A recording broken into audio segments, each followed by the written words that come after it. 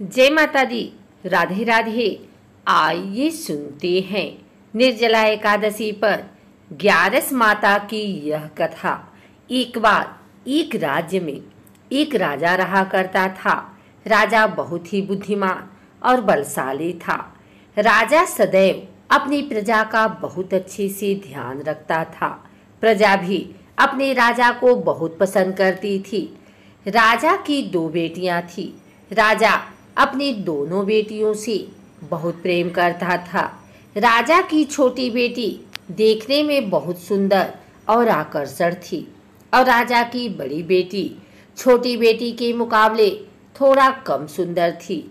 राजा की छोटी बेटी ग्यारस माता की पूजा किया करती थी और सभी लोग राजा की छोटी बेटी से बहुत प्रेम करते थे और बहुत प्रशंसा किया करते थे। राजा भी अपनी छोटी बेटी को बड़ी बेटी से अधिक प्रेम करता था, जिस कारण राजा की बड़ी बेटी को अपनी छोटी बहन से बहुत नफरत होने लगी थी। राजा की दोनों बेटियां जब बड़ी हो गई तब एक पड़ोस राज्य में रहने वाला राजकुमार राजा की बड़ी बेटी के लिए रिश्ता लेकर आया। लेकिन जैसे ही उस राजकुमार की नज़र राजा की छोटी बेटी पर पड़ी तो वह राजकुमार राजा की छोटी बेटी पर आकर्षित हो गया और उससे पहली नज़र में प्रेम कर बैठा।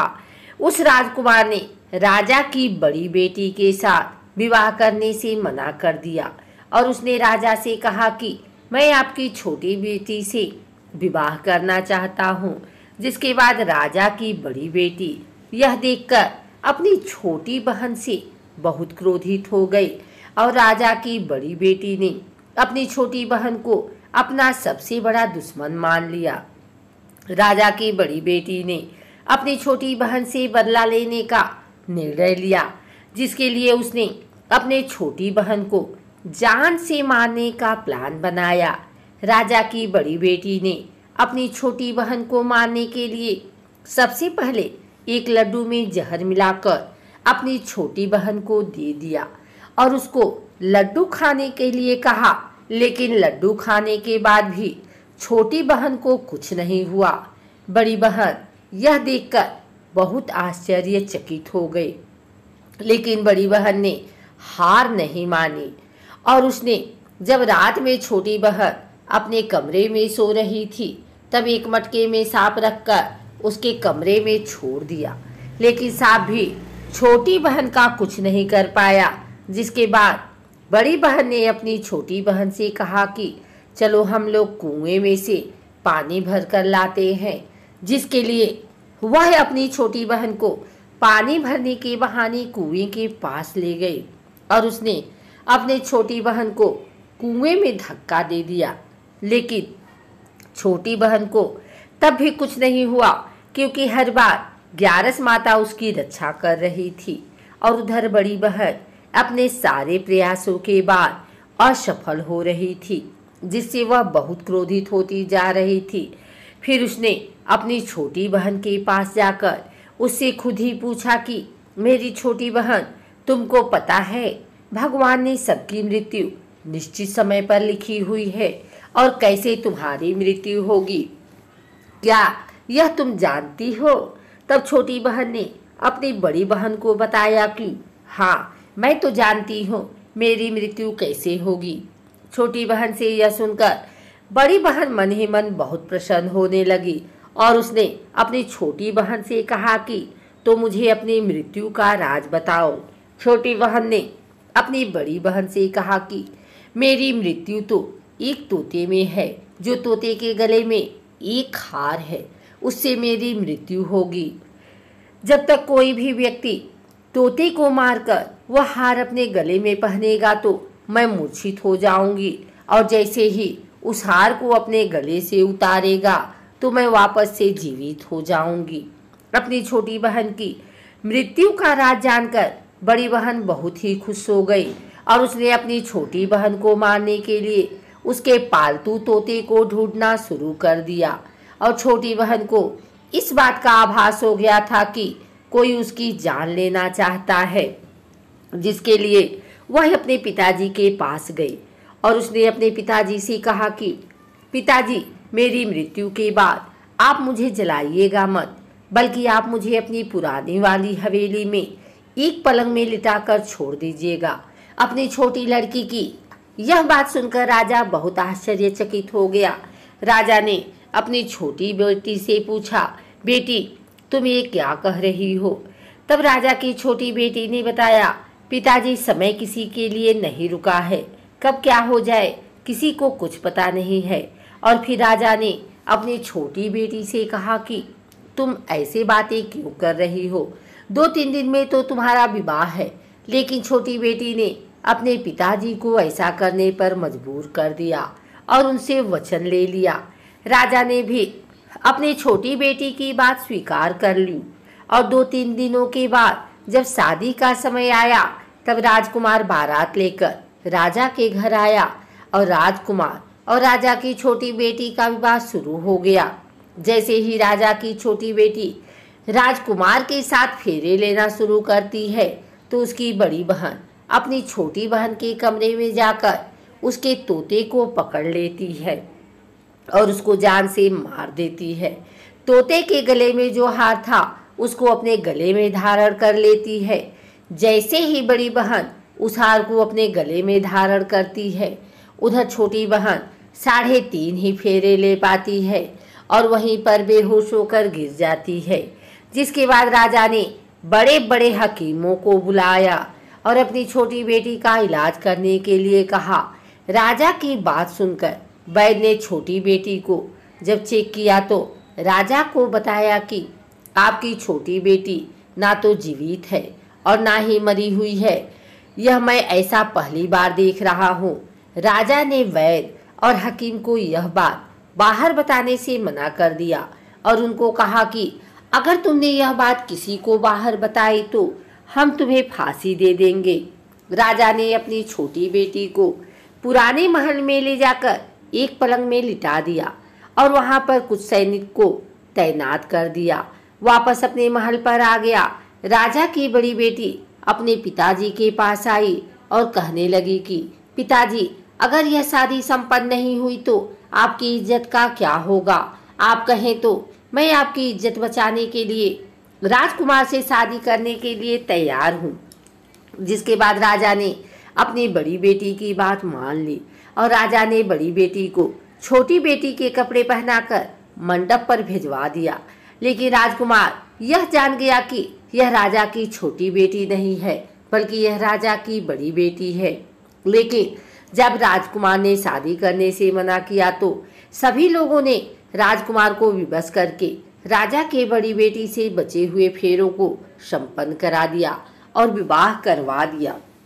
जिसके बाद राजकुमार राजा की बड़ी बेटी को अपने महल ले गया।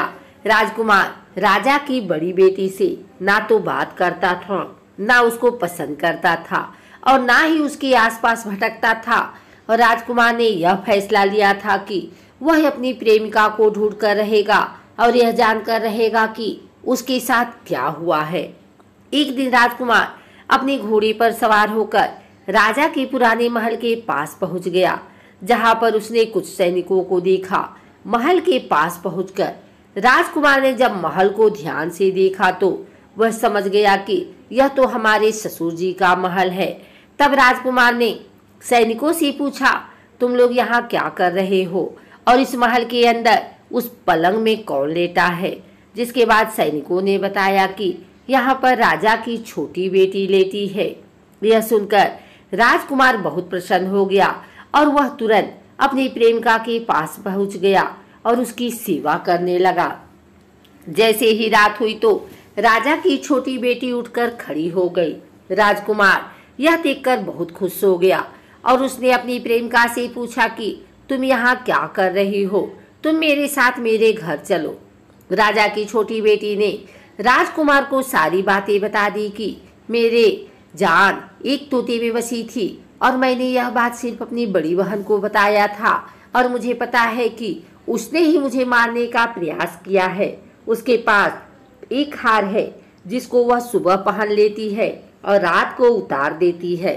जब तक वह हार को पहनने रहती है तब तक मैं मूर्छित रहती हूँ और जैसे ही वह हार को उतार देती है तो मैं जीवित हो जाती हूँ। और जब तक मेरी बड़ी बहन के पास वह हार है तब तक मैं ऐसे ही जीवित और मूर्छित होती रहूंगी। अगर मेरी बड़ी बहन के पास जो हार है वह मेरे हाथ में लग जाए तो मैं हमेशा के लिए जीवित हो जाऊंगी। राजकुमार यह बात सुनकर राजा की छोटी बेटी के पास रहने का निर्णय ले लिया और उसने अपने बचे हुए सारी फेरे उस पलंग में लेटी राजकुमारी की छोटी बहन से कर दिया, विवाह पूर्ण कर लिया और वहीं पर ही रहने लगा। देखते ही देखते कुछ समय में राजा की छोटी बेटी और राजकुमार की पत्नी पेट से हो गई। एक दिन राजकुमार को किसी काम से बाहर जाना पड़ा। तब छोटी बहन के पेट में बहुत तेज दर्द होने लगा, जिसके बाद उसने ग्यारस माता का आवाहन किया। जिसके बाद वहां पर ग्यारस माता प्रकट हुई और उन्होंने अपनी भक्त के दर्द को दूर किया और एक पुत्र की प्राप्ति करवाई। और वहीं पर अचानक से राजकुमार भी आ गया। राजकुमार ने ग्यारस माता को देखा तो वह आश्चर्यचकित हो गया और उसने तुरंत माता को प्रणाम किया। और ग्यारस माता ने राजकुमार से कहा कि जब तुम्हारा पुत्र 5 वर्ष का हो जाए तो तुम अपनी पत्नी का हार लाकर इसके गले में डाल देना। और देखते ही देखते राजकुमार और राजा की छोटी बेटी का पुत्र 5 वर्ष का हो गया। राजकुमार अपने बेटे से कहता है कि बेटा, मैं कुछ काम से बाहर जा रहा हूँ, तुम अपनी माता का ध्यान रखना। और वहां से चला जाता है। राजा को बाहर निकलता देख बड़ी बहन के सैनिक देख लेते हैं और बड़ी बहन को जाकर सारी बातें बता देते हैं। जिसके बाद बड़ी बहन अपनी छोटी बहन के पुत्र को वहां से उठवा लेती है और उसको मरवा देती है। छोटी बेटी के पुत्र के 2 टुकड़े करवा देती है। पहला टुकड़ा चक्की के पास छुपा देती है और दूसरा टुकड़ा अपने पलंग के नीचे रख लेती है। अब ग्यारस माता भिखारी का रूप लेकर आती हैं। एक भिखारी का रूप रखकर बड़ी बहन के पास चली जाती हैं।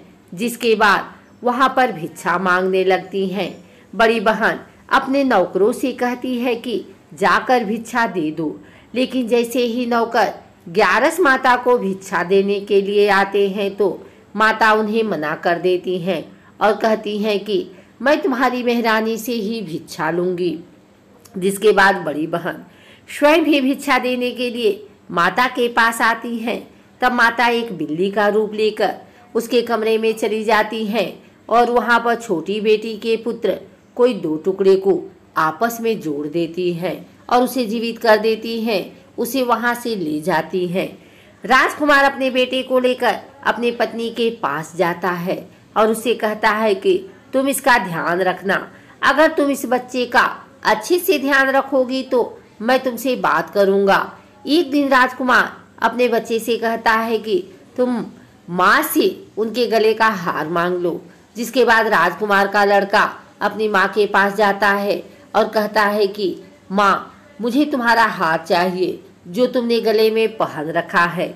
यह सुनकर पहले तो बड़ी बहन बहुत क्रोधित होती है, पर उसको यह याद आता है कि राजकुमार ने कहा था कि अगर मैं इस बच्चे का ध्यान अच्छे से रखूंगी तो वह मुझसे बात करेंगे। जिसके कारण वह हार को उस बच्चे को दे देती है और वह तुरंत हार को ले जाकर अपने पिताजी को दे देता है। और तभी राजकुमार अपने बेटे को लेकर वहां से जाने लगता है और अपनी पत्नी से कहता है कि तुम हमारे लिए खाना बनाकर रखना, मैं शाम को आकर तुम्हारे साथ खाऊंगा। और वह अपने बेटे को लेकर वहां से चला जाता है। जिसके बाद वह राजा के पास जाता है और उनको सारी बातें बता देता है। राजा अपनी बड़ी बेटी की यह करतूत सुनकर बहुत क्रोधित होते हैं और अपनी परवरिश पर ही दोष देने लगते हैं और राजकुमार को अपने छोटी बेटी के साथ रहने के लिए आदेश देते हैं।